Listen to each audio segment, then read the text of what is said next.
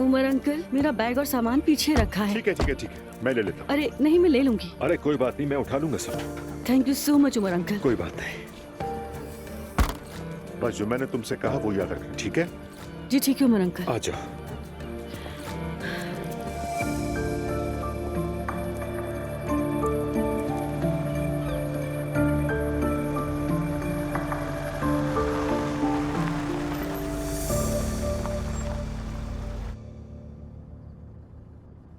मैं जानती हूँ तुम नाराज हो, काश मैंने वो सब कुछ नहीं कहा होता तुमसे।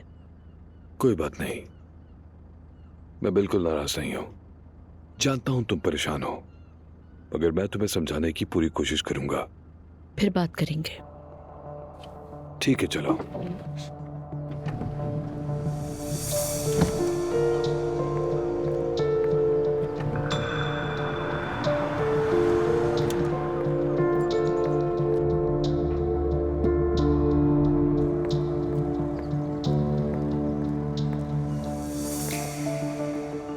उमर। अस्सलाम वालेकुम ज़ैनब। वालेकुम अस्सलाम। कैसी हो तुम? ठीक हूँ, और तुम? ठीक हूँ, बस नैला को ड्रॉप करने आया था। अच्छा किया। मैंने सुना कि तुमने उसके लिए क्या किया। उसका चचा होने के नाते मैं तुम्हारा शुक्रिया अदा करता हूँ। कोई बात नहीं, वो मुश्किल में थी और मेरे दरवाजे पर आई थी, मैं उसे इनकार नहीं कर सकती थी।